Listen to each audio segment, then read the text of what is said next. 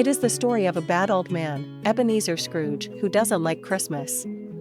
He is a stingy and selfish man. He sits in his office on a cold Christmas Eve. His clerk, Bob Cratchit, works in that very cold office because Scrooge doesn't want to spend money on coal for the fire. On Christmas Eve, Scrooge is sitting alone in his cold living room at home.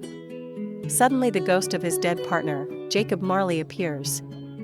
He says to Scrooge, "Change your life. You must be a better man.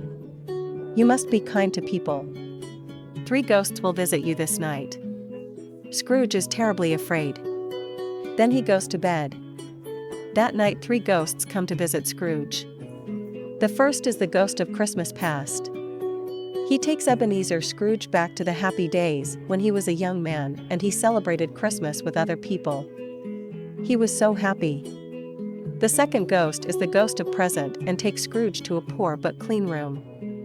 It is the home of his clerk Bob Cratchit and his family. They are very poor but very kind. Mrs. Cratchit is preparing a small turkey for Christmas dinner, but they are happy. There is also Tiny Tim, Bob's little boy. He is very ill, but they haven't money for a doctor. "Look," the ghost says to Scrooge, "the boy will die if they don't get money for a doctor." The third ghost is the ghost of Christmas future. He takes Scrooge to a cemetery.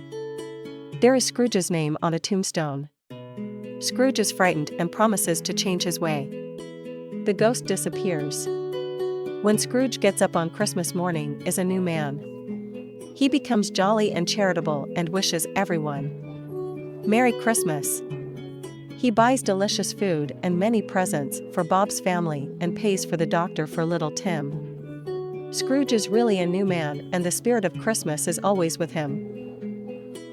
Like Christmas comes but once a year,